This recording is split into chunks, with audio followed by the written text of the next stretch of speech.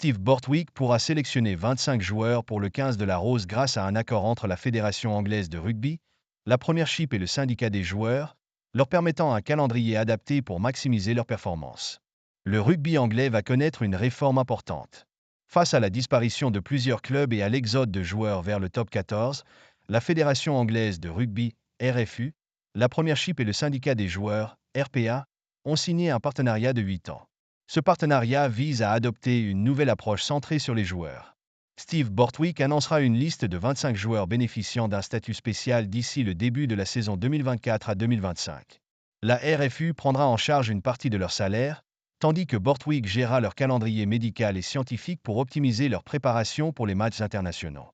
En retour, la RFU versera 33 millions de livres, 39,2 millions d'euros, au club durant les 4 premières saisons de l'accord. La RFU financera les clubs.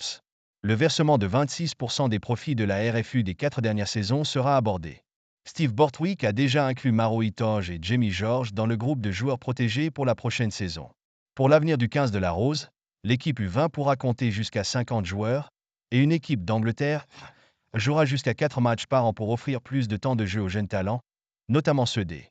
Une refonte de la gouvernance du rugby anglais est prévue avec la création d'un conseil du rugby professionnel chargé de superviser la stratégie globale. Il sera composé de 3 membres de la Premiership et 3 de la RFU, dont l'ancien arbitre Wayne Barnes.